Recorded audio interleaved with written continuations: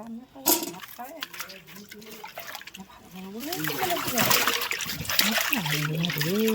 ওটা ফুটি ফুটি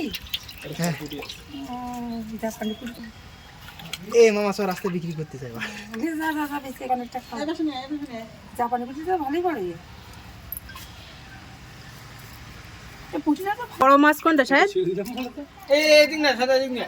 দে আমার এক পাল্টি পানি দিয়ে পানি সাদা এদিক না সাদা আমাদের সব লাল লাল